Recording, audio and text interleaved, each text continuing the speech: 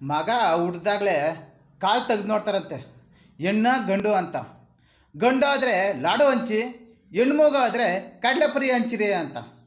ಯಾವನ್ರಿ ಹೇಳ್ದನೋ ಗಂಡಾದರೆ ಲಾಡು ಹಂಚ್ಬೇಕಂತ? ಗಂಡಾದರೆ ಕೊಂಪೆಗಳು ನಾಶನ ಮಾಡಾಕ್ತೇನೆ ರೀ. ಹೆಣ್ಮಗರಿ ನಮ್ಗೆ ಅನ್ನ ಹಾಕೋದು, ದೇವರನಿಗೂ ಎಲ್ಲಿ ಹೋದ್ರೂ ಹೆಣ್ಮಕ್ಳೇ ನಮ್ಗೆ ಅನ್ನ ಹಾಕೋದು. ಗಂಡು ಮಕ್ಳು ಹಾಕಲ್ರಿ, ಆಸ್ತಿ ಹುಡುಕ್ತಾರೆ, ಗಂಟು ಹುಡುಕ್ತಾರೆ. ಯಾಕೆ ಗೊತ್ತಾ?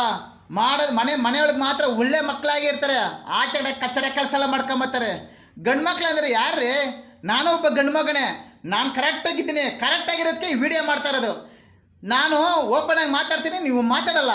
ಯಾಕಂದರೆ ಗಂಡು ಮಕ್ಕಳು ಸಾಕ್ತಾರೆ, ಅದರಲ್ಲಿ 100ಕ್ಕೆ 10% ಸಾಕ್ತಾರೆ, ಇನ್ನು 90% ಸಾಕಲ್ಲ. ನಾನು ಓಪನ್ ಆಗಿ ಮಾತಾಡ್ತೀನಿ, 90% ಸಾಕಲ್ಲ, 10% ಸಾಕ್ತಾರೆ. ಇಂಥ ಮಕ್ಕಳು ಇದ್ರೆ ಎಷ್ಟು, ಹೋದ್ರೆ ಎಷ್ಟು? ಹೆಣ್ಣು ಮಕ್ಕಳು, ಪ್ರತಿಯೊಂದು ಹೆಣ್ಣು ಮಕ್ಕಳು